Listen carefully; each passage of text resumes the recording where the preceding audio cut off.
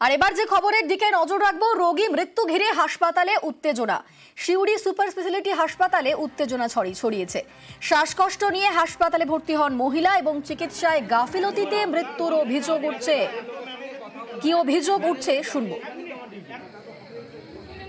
কি ইনজেকশন দিলেন আমরা জানি না। সিনিয়র ডাক্তার যখন খুব ভিতরে শ্বাসকষ্ট বেড়ে গেছে তখন অনেক কষ্টে সিনিয়র ডাক্তারবাবু এলেন। ওনার নাকি অনেক পেশেন্ট ছিল, উনি আসতে পারেননি। এসে কটা ইনজেকশন দিলেন, দিয়ে বললেন এক্সপায়ার করে গেছে বলে ছুটে চলে গেলেন। চিকিৎসার গাফিলতি আছে। আমাদের সঙ্গে রয়েছেন প্রতিনিধি সুপ্রতিম। সুপ্রতিম, পরিবার অভিযোগ করছে হাসপাতালের গাফিলতিতে মৃত্যু হয়েছে, হাসপাতাল কর্তৃপক্ষ কি বলছে?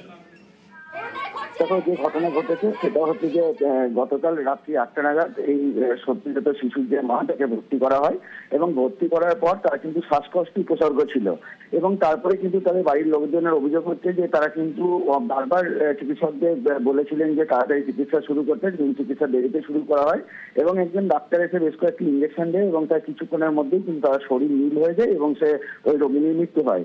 এবং তোমাকে বলে রাখি যে গত 10 দিন আগে রোগিনীর বাচ্চা প্রসব করে এবং একটি বেসরকারি হাসপাতালে সেটা হয় এবং তারপরে কিন্তু বাড়িতে ছুটি নিয়ে আসার পর তার কিন্তু শ্বাসকষ্ট শুরু হয় এবং তাকে কালকে সিউড়ি সুপার স্পেশালিটি হাসপাতালে ভর্তি করে, এরপরেই কিন্তু মৃত্যু হয়েছে। এবং পরিবারের লোকজন যেটা জানাচ্ছেন যে বিনা চিকিৎসায় মৃত্যু হয়েছে। এরপর কিন্তু হাসপাতালে যথেষ্ট উত্তেজনা চালায়, সিউড়ি থানার পুলিশ যায়, এরপরে হস্তক্ষেপে পরিস্থিতি নিয়ন্ত্রণে আসে।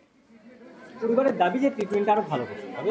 ডাক্তারবাবু দেখেছেন কিন্তু সময় পাননি, এটা হচ্ছে মেন ব্যাপার। আমি ডাক্তারবাবুর সঙ্গে কথা বলেছি, সুপার স্যারও দেখেছেন, সময় পাননি। সময় যদি পাওয়া যেত তবে শিশুর ব্যবস্থাও করা হয়েছিল, কিন্তু সময় আর পাওয়া যায়। পেশেন্ট তো মারা গেলে ওনারা করবেনই অভিযোগ, অনেক কিছুই অভিযোগ করবেন। তো উপরমহল দেখছেন ব্যাপার।